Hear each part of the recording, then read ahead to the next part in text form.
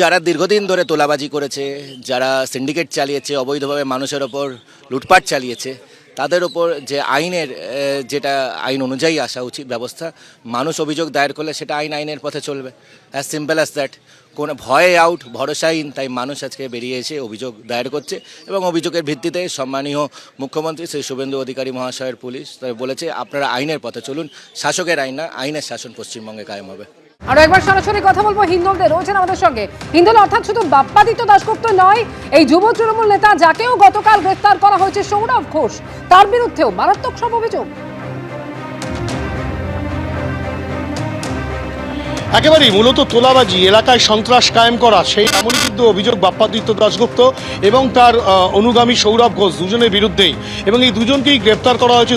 দুজনের বিরুদ্ধেই মূলত তোলাবাজি, ভয় দেখানো, প্রাণনাশের হুঁশিয়ারি দেওয়া এবং এই ধরনের হুমকি, এই ধারায় কিন্তু মামলা রুজু হয়েছে এবং ইতিমধ্যেই দুজনকেই পুলিশ গ্রেপ্তার করেছে। প্রথমে সৌরভ ঘোষকে গ্রেপ্তার করা হয় এবং পরবর্তী ক্ষেত্রে রাতের দিকে পারমিতা দে নামে একজন আইনজীবী, যিনি কলকাতা পুরসভার 101 নম্বর ওয়ার্ডেরই বাসিন্দা, তিনিও একটি লিখিত অভিযোগ দায়ের করেন যে তার কাছ থেকে 2 লক্ষ টাকা নেওয়া হয়েছে, 20 লক্ষ টাকা চাওয়া হয়েছিল এবং তিনি রীতিমতো বাড়ি ছাড়া রয়েছেন, তাকে ভয় দেখানো হয়েছে, প্রাণনাশের হুমকি দেওয়া হয়েছে।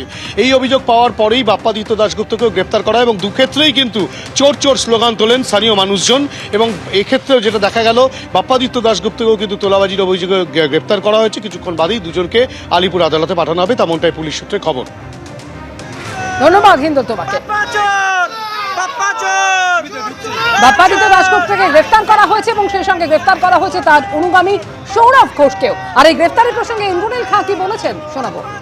যারা দীর্ঘদিন ধরে তোলাবাজি করেছে, যারা সিন্ডিকেট চালিয়েছে, অবৈধভাবে মানুষের ওপর লুটপাট চালিয়েছে, তাদের ওপর যে আইনের যেটা আইন অনুযায়ী আসা উচিত ব্যবস্থা, মানুষ অভিযোগ দায়ের করলে সেটা আইনের পথে চলবে। As simple as that. কোনো ভয়ে আউট, ভরসাহীন, তাই মানুষ আজকে বেরিয়ে এসে অভিযোগ দায়ের করছে এবং অভিযোগের ভিত্তিতে সম্মানীয় মুখ্যমন্ত্রী শ্রী শুভেন্দু অধিকারী মহাশয়ের পুলিশ তাই বলেছে আপনারা আইনের পথে চলুন, শাসকের আইন না, আইনের শাসন পশ্চিমবঙ্গে কায়েম হবে। একের পর এক তৃণমূল নেতা, কাউন্সিলর গ্রেফতার হচ্ছেন, আর এবার আরো এক তৃণমূল কাউন্সিলরকে গ্রেফতার করলো পুলিশ।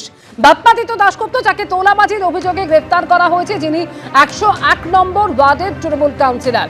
গতকাল রাতেই তাকে পাটুলি থানায় নিয়ে আসা হয়।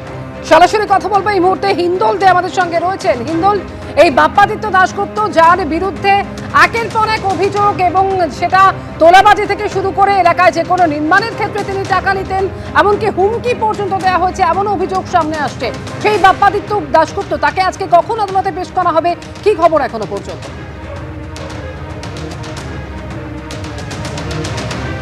দেখো, আর কিছুক্ষণ বাদেই কিন্তু বাপ্পাদিত্য দাশগুপ্তকে আলিপুর আদালতের উদ্দেশ্যে নিয়ে যাওয়া হবে। এবং তোমাকে বলে রাখি, এই বাপ্পাদিত্য দাশগুপ্তর বিরুদ্ধেই বাঘাযতীনের এক বাসিন্দা, যিনি কলকাতা পুরসভার 101 নম্বর ওয়ার্ডেই থাকেন, অর্থাৎ কিনা বাপ্পাদিত্য দাশগুপ্ত যেখানকার তৃণমূল কংগ্রেসের কাউন্সিলর, সেই ওয়ার্ডেরই বাসিন্দা, পেশায় আইনজীবী পারমিতা দে, তিনি যেটা একটা অভিযোগ করেছেন গতকাল পাটুলি থানায়, যে তার একটি চেম্বার খোলার জন্য, সেই চেম্বারে তিনি বসবেন, তার নিজের চেম্বারে, নিজের বাড়িতে চেম্বারে বসবেন, তার জন্য 20 লক্ষ টাকা দাবি করা হয়েছিল বাপ্পাদিত্য দাশগুপ্তর তরফ থেকে এবং তিনি তা দিতে সক্ষম হননি। তিনি 2 লক্ষ টাকা দিয়েছিলেন এবং তাকে কিন্তু রীতিমতো চাপ দেওয়া হচ্ছিল যে সম্পূর্ণ টাকা না দিলে তাকে কিন্তু থাকতে দেওয়া হবে না, যে ফল ঘোষণার আগে কিন্তু তেমন চাপ দেওয়া হয়েছিল। এবং পরবর্তী ক্ষেত্রে সেই অভিযোগকারিণী তিনি কিন্তু রীতিমতো তার বাসস্থান পরিবর্তন করেন। আতঙ্কে তিনি এখনও পর্যন্ত পাটুলি এলাকায়, অর্থাৎ কিনা বাঘাযতীনের সেই এলাকায় তিনি ঢুকতে পারেননি।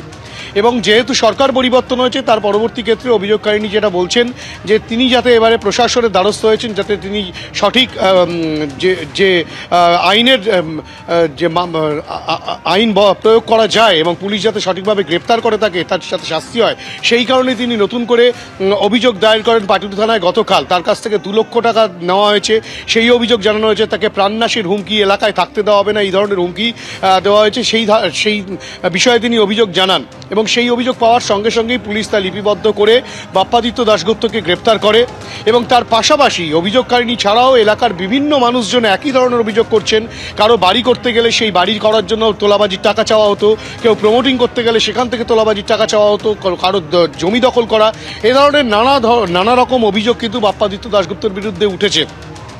এবং এই বাপ্পাদিত্য দাশগুপ্ত গ্রেফতার হওয়ার কিছুক্ষণ আগে বিকেল দিকে তারই এক অনুগামী যার নাম সৌরভ ঘোষ, সে একেবারে হিন্দুর, অর্থাৎ একের পর এক অভিযোগ। সঙ্গে থাকো আমাদের, আর এই জায়গাতেই শোনাতে চাইবো বাপ্পাদিত্য দাশগুপ্ত যখন রাতে পাটুলি থানায় তখন তাকে নিয়ে আসা হয়, তখন সেখানে বিক্ষোভ দেখান এলাকার মানুষ, চোর চোর স্লোগানও দেওয়া হয়।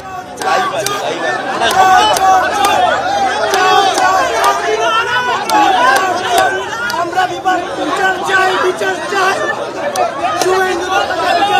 বিচার চাই।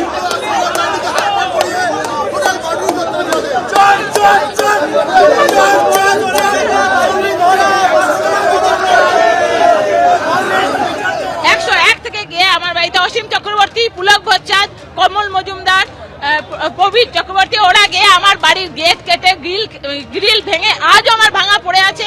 2021-এ আমি বিজেপি করি, তারপরে 21-এ যখন আমরা হেরে গেলাম তখন আমাদের গাড়ি ভাঙচুর করে আমাদের ধরে নিয়ে 50 জন মেরে বাগান বাড়িতে আটকে রেখেছিল।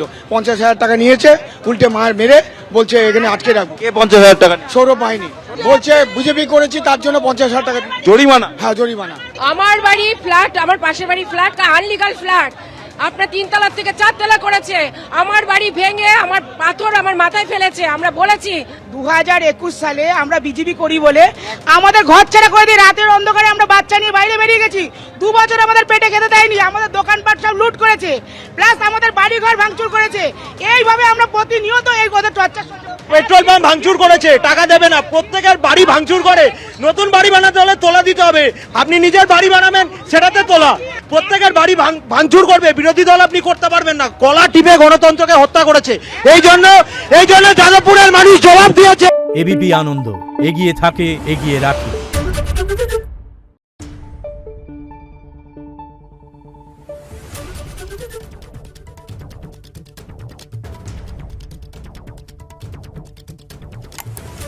Thank you.